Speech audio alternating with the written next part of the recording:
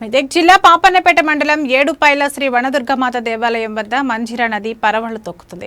గత 2 రోజులుగా వర్షాలు కురుస్తుండటంతో మంజిరా నదిలోకి పెద్ద ఎత్తున వరద నీరు చేరుతుంది. ఏడుపైల దేవస్థానం వద్ద గణపురం ఆయకట్టుపై నుండి మంజిరా నీరు కిందికి వెళ్తూ దుర్గమ్మ దేవాలయం వద్ద జలసబడి నెలకొంది. మంజిరా నది పర్యాటకులను ఎంతగానో ఆకట్టుకుంటుంది. ఆదివారం అమ్మవారి దేవాలయానికి వచ్చిన భక్తులు మంజిరా నదిలో స్నానాలు చేస్తూ అమ్మవారి దర్శనం చేసుకుంటున్నారు.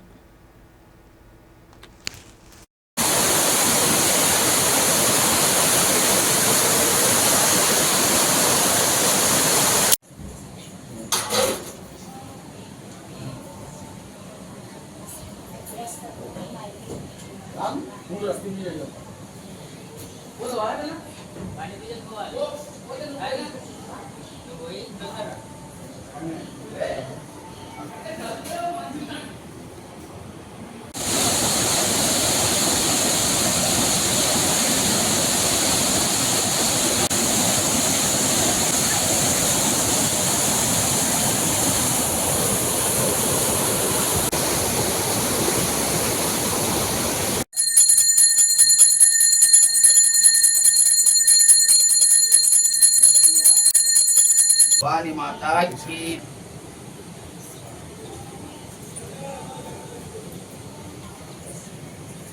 తీయకమ్మా ఒక్కటే మా పాపకి చెప్పేదానికి